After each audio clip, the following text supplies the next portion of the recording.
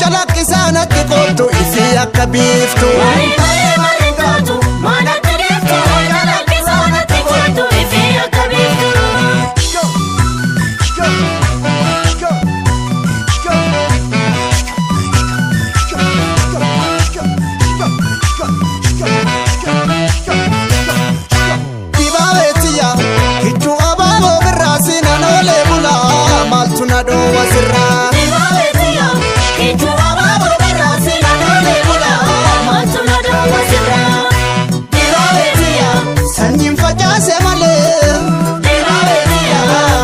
Jalla kalfadhe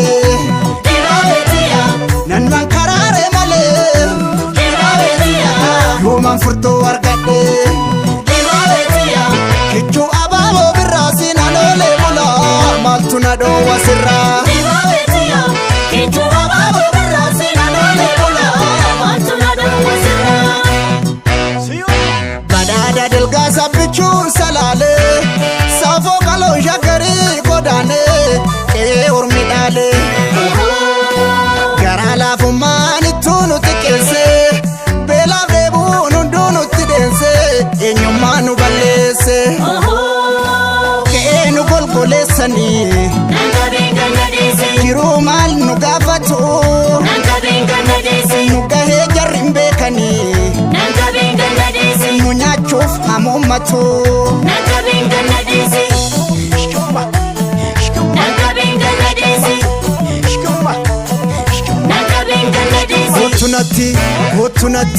Hotunati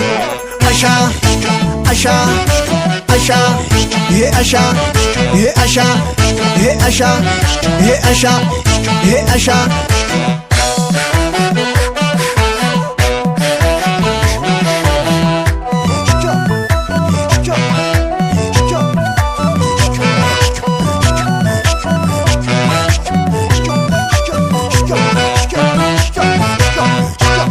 Mari male marintatu manatti diftu yeron si wametti kootu ifii akka biiftu. Mari male marintatu manatti diftu yeron si wametti kootu ifii akka biiftu. Sawan horan hora buusu manatti diftu urufa bombitti yaasu manatti diftu. Baranga doonutti kuusu manatti diftu dorsi saafin qabnu naasu manatti diftu. Jaalala keenya inaafu manatti diftu jarri silaa dhamarasu fakkeenya taana hundaafu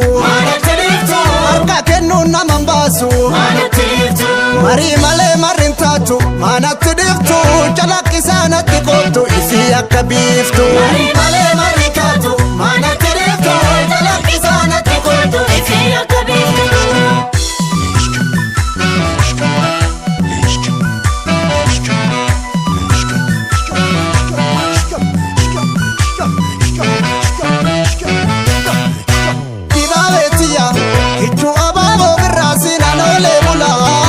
Nado wasirra kichu ababo birasi nanole bola maltu nado wasirra dewabetia lumunan bonga dilalu dewabetia gudar gudel chabo besa dewabetia ormi afansa damma dewabetia garansa kesi binensa dewabetia kichu ababo birasi nanole bola maltu nado wasirra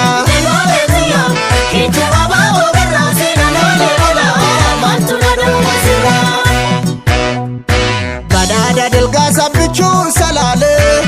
safo kalo shakari godane ormidale garala fumani tunu tikelse bela bebunu dunu tidense enyumanu balese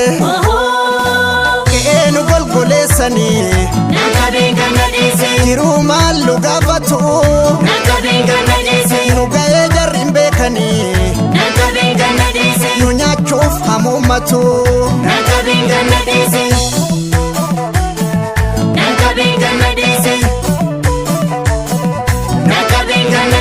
yo amborobe jaldu gubbandu mesa walisorobe wala garandu mesa fulana no watini silale nofsa fulana no watini silale nofsa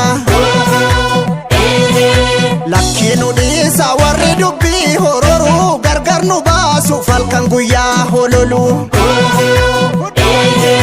hirbuu cimaa qabna addan baanu jenne waliin adeemna karaa sirrii qabanne